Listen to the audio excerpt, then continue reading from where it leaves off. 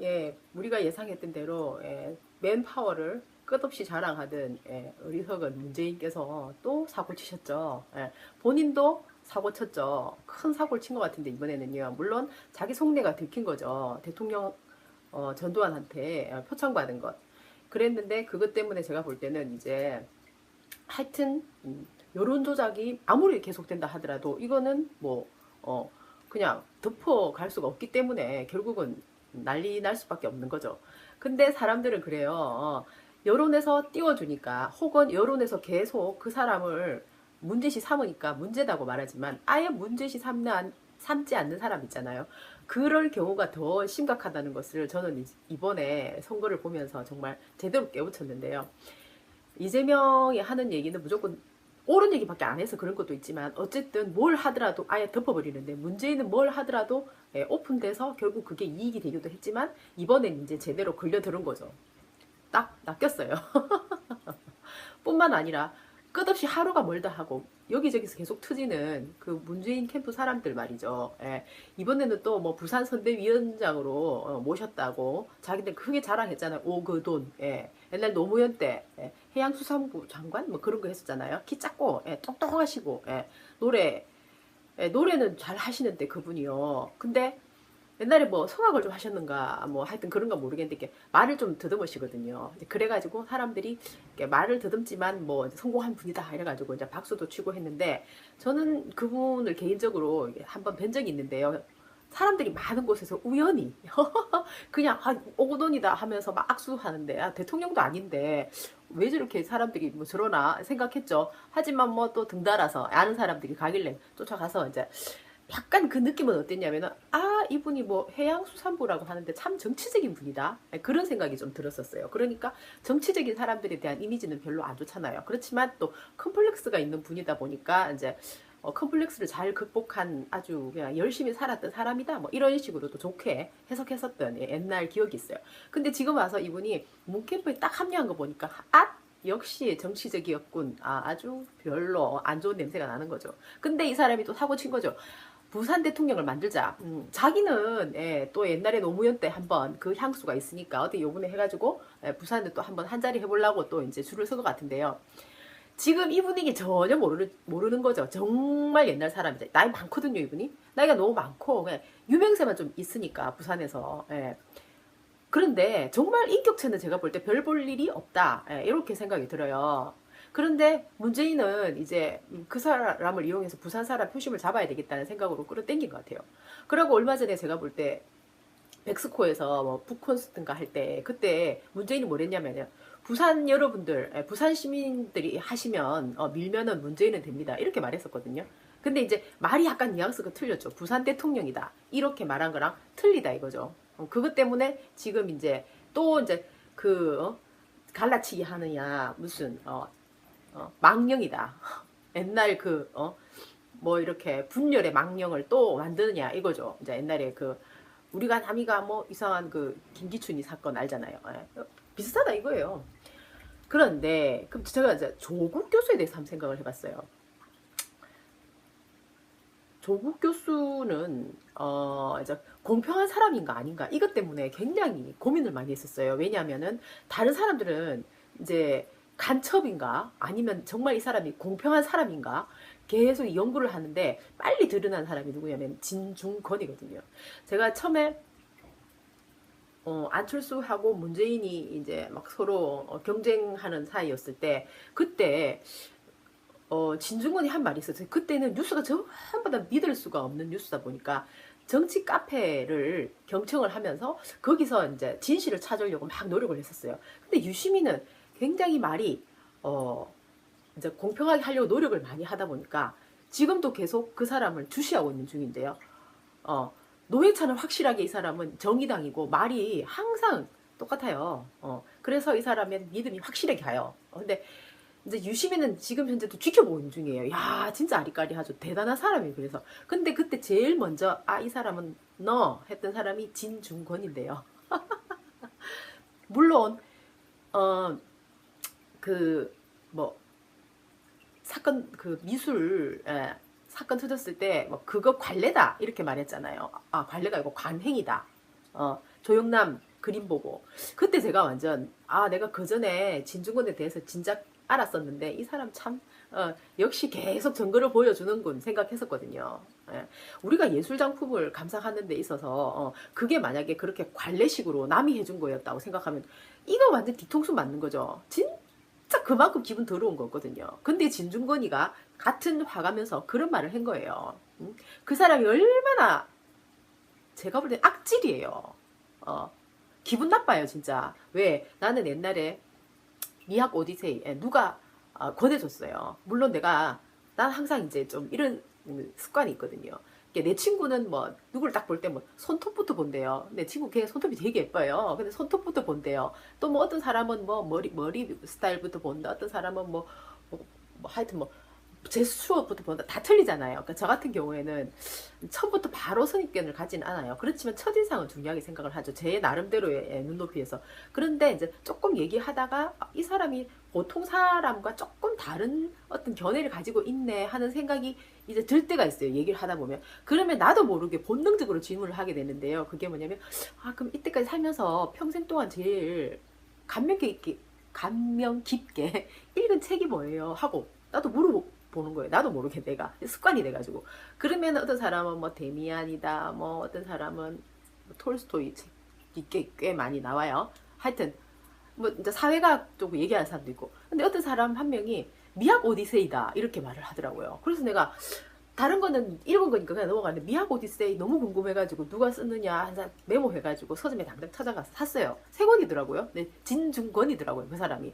그래가지고 세 권을 다 읽는데 세 권을 다 읽으면서도 이 사람이 얘기하고자 하는 정확한 포인트가 계속 왔다리 갔다리 하는 거예요. 하지만 이렇게 식견이 깊은 전문가도 우리나라에 있으니 제목도 참 뭔가 모르게 좀 마음에 들고 괜찮다 해가 이름이 딱 이제 기억을 하고 있었던 거죠. 근데 알고 보니까 여기저기 이제 막 트위터 날리고 이런 또 사람이기도 하더라고요. 근데 그 사람 중에 한 명이 정치 카페에 있었던 거죠. 그리고 제가 이제 이 그림이 이제 그 책 표지에 있는 거죠. 미학 오디세이에. 이 그림을 보면서 저는 뭔가 정확하게 이 사람을 모르겠다. 뭔가 항상 안개를 피우지 않는가. 그림을 보면서 저는 그런 판단 내린 거죠. 그리고 마그리트라는 사람이 제가 이제 갤러리 여기 가면은 완전 진짜 멋진 영화들 많은데 거기는 또 공짜예요. 요금이 없어요. 들어가서 보면 돼요. 그러니까 거기에 이제 가끔씩 제가 가거든요.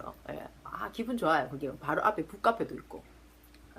그래가지고 이제 가면 거기서 마그리트 그림 이 원본 이 뒷모습 그림이 엄청나게 많은데 이 중에 한 개 거기 있어요. 그래가지고 거기 가면 항상 그 뒷모습을 보면서 좀 이렇게 쳐다보면서 이제 옛날에 내가 그 책 읽었을 때를 생각을 하죠. 그러면서 볼 때마다 느끼는 거는 항상 안개 속이다 이제 이런 생각을 하고 이제 마그리트의 책을 우연히 도서관에서 봤는데 이 사람 어릴 때가 굉장히 이제 좀 혼란스러운 어린 시절을 겪어요. 그러다 보니까 바로 자기 얼굴을 보여주는 사람이 못되지 않았나 이런 여러 가지 추론을 해보게 되는 거죠. 그렇기 때문에 제가 진중권이 하는 말을 곰곰이 듣게 되는 거죠. 항상. 왜냐면은 이게 네이버나 다음에서 나오는 뉴스가 다 뭔가 모르게 믿음이 안 가니까 다른 데서 찾아내야 되잖아요. 그래서 난 이 세 사람 말을 이제 곰곰이 들으면서 진중권이가 그렇지만 또 그 거짓말 속에서도 뭔가 또 찾아낼 게 있나 없나 해가지고 또 이제 트위터에 들어가서 한 번씩 보곤 했었어요. 그 항상 본 사람이 이제 조국, 유시민, 이제 이거 진중권이죠. 이 세 사람이. 노회찬은 항상 옳기 때문에 안 봐도 그 사람의 하는 행동 속에서 그냥 옳은 걸 찾아가겠지 하는 거죠. 그런데 그 이제 진중권이가 그러다가 관행이다 하고는 이제 사라졌다가 이제 안 나왔잖아요. 그리고 이제 이 사람이 하는 말이 항상 반은 맞고 반은 잘 모르겠고 반은 자기를 위한 말이다 이렇게 이제 해석을 해버리면 이제 이 사람은 끝나는데 계속 아리까리한 사람 중에 한 명이 조국인데요. 조국 이 사람은 말이죠. 공평한 것 같긴 한데 서론이 많고 또 뭔가 모르게 행동이 좋은 쪽으로 가야 되겠다 하면서도 또 문재인 옆에 서 있고 계속 아리까리하게 안개를 피우니까 제가 이번에 딱 잡았어요. 책 표지도 좀 이상한 것도 꽤 있더라고요. 책 표지도 좀 중요하게 생각해가지고 표지를 딱 보면서 책을 고르는 경우도 많아요. 물론 그것 때문에 잘못 선택한 경우도 있지만 근데 이 사람이 이번에 그 사진 사건 있잖아요. 전두환한테 표창 받은 거 이거 가지고 이제 문재인이 실드 쳐주느라고 실드 쳐주는 말이 뭐 대통령한테 박근혜 이명박 전두환한테 상 받으면은 뭐 상 받은 사람들은 고생 좀 하겠다 뭐 이런 트위터에 글을 날렸더라고요. 야, 이 사람 진짜 근데 우리가 상 받은 거 가지고 지금 이렇게 흥분하고 난리 나는 건 아니잖아요. 내 인생에 그 사람 나이가 65세잖아요. 사진이 얼마나 많겠어요. 정략적으로 예, 자기의 어떤 정치적인 전략으로 가지고 나온 그림이잖아요. 그 그림을 설명하면서 대체 왜 전략적인 말 중에 전두환 대통령한테 표창받았다는 말이 들어갔냐 이거죠. 내 평생의 그림에 사진에서 그런데 상 받은 거 가지고 고생하겠다? 상 받은 거 이때까지 우리가 몰랐을 때 고생할 일도 없었고 또 문캠프에서도 이때까지 가짜뉴스 하면서 진짜를 가짜로 둔갑시켜가지고 그런 일 없다는 식으로 말해왔잖아요. 근데 이 나는 그래서 조국이라는 사람에 대해서 어제부로 완전 엑스맨 됐어요. 그리고 또 잘 모르겠는 사람이 누구냐면은 손석희인데요. 예, 손석희가 뭐 완전히 흥분을 했더라고요. 예, 자기가 무슨 뭐 홍석현의 호위무사 그렇게 하려고 뭐 이때까지 뭘 했나? 인장가? 핫바디 사장인가? 온갖 소리 다 들으니까 이 사람이 드디어 이제 뚜껑 열렸는가 봐요. 저널리스트로서 얼마나 자기가 고생을 하는데 다른 사람이 얼마나 고생을 하는데 힘을 합쳐서 지금 자기가 이런 비난을 받아야 되느냐. 정말 불쾌하겠죠. 왜? 정의의 편에 서가지고 계속 자기는 박근혜 탄핵에 앞장섰다 이거죠. 맞아요. 그 말은 맞는데. 근데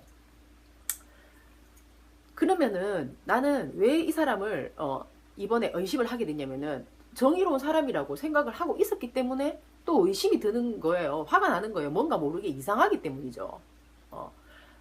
정의로운데 자기 자신을 위한 거죠. 정의라는 거 그렇잖아요. 많은 사람들을 위한 건지 자기 자신을 위한 건지를 두고 우리가 거기서 왔다 갔다 하면서 판단을 내려놔야 되는 건데 이 사람은 그랬던 거예요.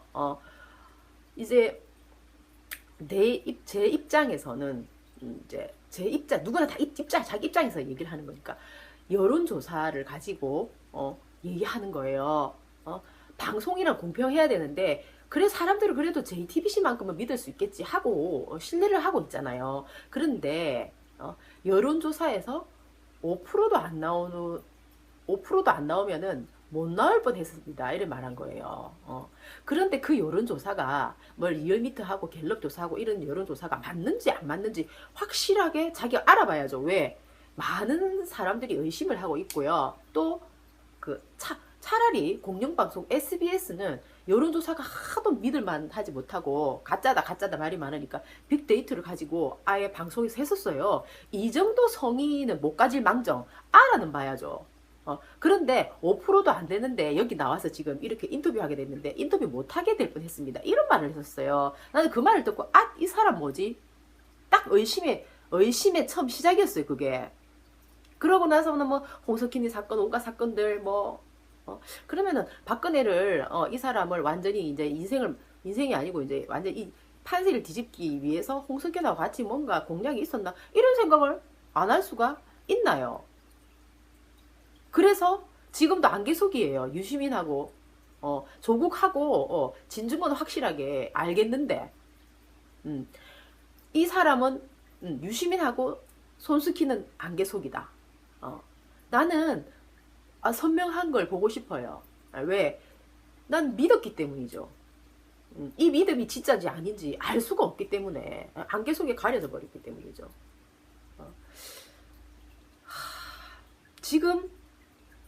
지금 경선 하면서 뭐 우리가 지금 유튜브를 통해서 온갖 방법으로 경선한다 알리고 있다고 하네요.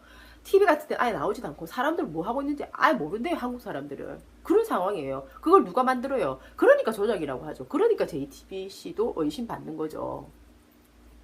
의심받는다고 화내는 것 과연 그거 맞을까요? 모르겠네요. 계속 지켜봐야겠네요. 안 그러면 뭐 정말 위험한 거죠. 위험한 게임인 거죠. 그래서 예. 아, 언제나 준비되어 있는 거예요. 정치꾼들, 언론들, 예. 법조계 있는 사람들 언제나 우리 국민들을 심리를 이용을 해가지고 자기 이익을 챙겨가는 어떤 집단들일 가능성이 그 안에 언제나 예, 존재하고 있다. 너무너무 위험하다. 그래서 아유, 이재명 후보자님께서 이제 걱정이 되셔가지고 빨리 경선 참여, 아이고 하루 남았습니다 하면서 독려하는 영상 제가 봤거든요. 우리 힘을 합쳐야 될 것 같아요. 파이팅! 바이!